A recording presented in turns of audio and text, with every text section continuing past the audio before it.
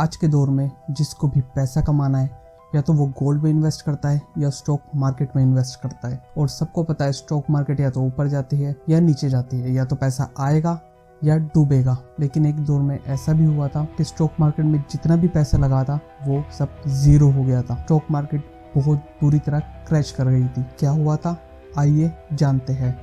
1920 का अमेरिका, एक ऐसा दौर जहां पैसा हवा की तरह उड़ रहा था। शहरों में स्काई स्क्रैपर बन रहे थे, लोगों के हाथ में रेडियो, गाड़ियां, शेयर्स और सपने।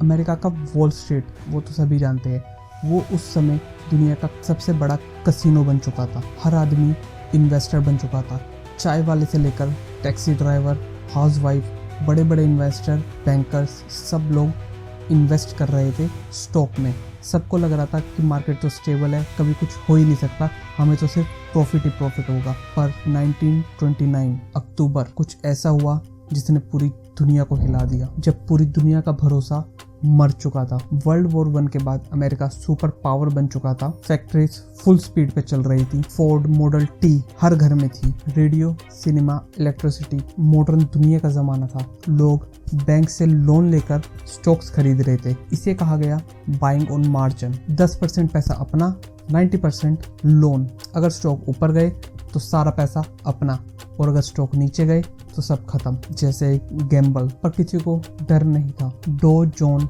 इंडेक्स सन 1921 में 61 था, 20 आते आते वो हो गया था 381 का। 63 से 381 यानी 6 टाइम ग्रोथ। ये नेचुरल नहीं था, ये एक बबल था जो कभी भी फट सकता था। 1920 के स्टार्ट से ही जो बड़े बड़े इन्वेस्टर थे, स्मार्ट इन्वेस्टर, वो चुपचाप अपने शेयर्स वापस लेने लगे, वो चुपचाप बचने लगे। कंपनीज ओवर प्रोडक्शन कर रही थी और लोग क्रेडिट पर खरीद रहे थे। Debit sky high. मार्केट जो था वो रियलिटी से बिल्कुल डिस्कनेक्ट हो चुका था। एक फेमस बैंकर ने वॉर्न भी किया था, stock market has reached permanently high level. सबने ताली बजाई पर वो सब झूठ था। 24 अक्टूबर 1929, जिसे ब्लैक थर्सडे कहा गया, सुबह 11 बजे वॉल स्ट्रीट पर 13 मिलियन शेयर बेचे गए। पैनिक शुरू। लोग बैंकर्स के ऑफिस के बाहर लाइन लगा के खड़े हुए थे। टेलीफोन्स जैम हो गए, ट्रैकर्स स्लो हो गए। बैंकर्स ने इमरजेंसी में शेयर्स खरीदे।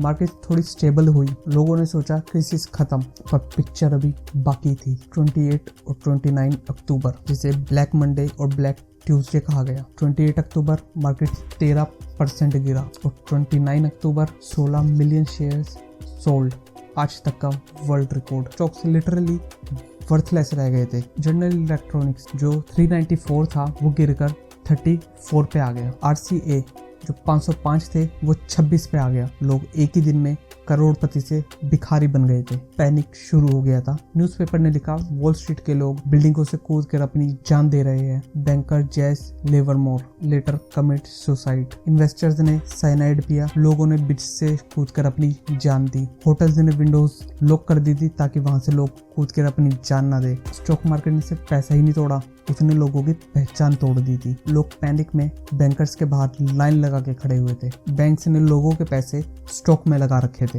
रिजल्ट 9000 से ज्यादा बैंक्स क्लोज हो गए और लोगों की लाइफ सेविंग्स गायब। उस टाइम डिपॉजिट इंश्योरेंस नहीं हुआ करते थे, तो मतलब आज पैसा है कल जीरो। 1929 क्रैश ने पूरी दुनिया को रेसिजन में धकेल दिया था। यूएसए में 25% से ज्यादा लोग अनएम्प्लॉयड, 13 मिलियन से ज्यादा लोग जॉबलेस। फार्मर्स क्रॉप जला रहे थे क्योंकि खरीदने वाला कोई नहीं था। जो किराए पे रह रही थी फैमिलीज, उनको घर से निकाल दिया गया। झुग्गी कैंपस बने ओवर विलीज। बच्चे भूख से मर रहे थे। जर्मनी ऑलरेडी वर्ल्ड वॉर 1 से टूटा हुआ था। ग्रेट डिप्रेशन के बाद करेंसी कोलैप्स हो गई थी। पब्लिक में गुस्सा भर गया था और इस केओस का फायदा उठाया अडोल्फ हिटलर ने। लोग बोले बस कुछ भी हो जाए, कोई सिस्टम तोड़ दे। यहाँ से नाजी पावर उठी। एक स्टॉक क्रैश ने पूरी दुनिया को वॉर पे धकेल दिया था। क्रैश के पीछे का रियल रीजन था buying on margin, fake corporate profit, no regularity, psychology of greed. Market एक साइंस नहीं है,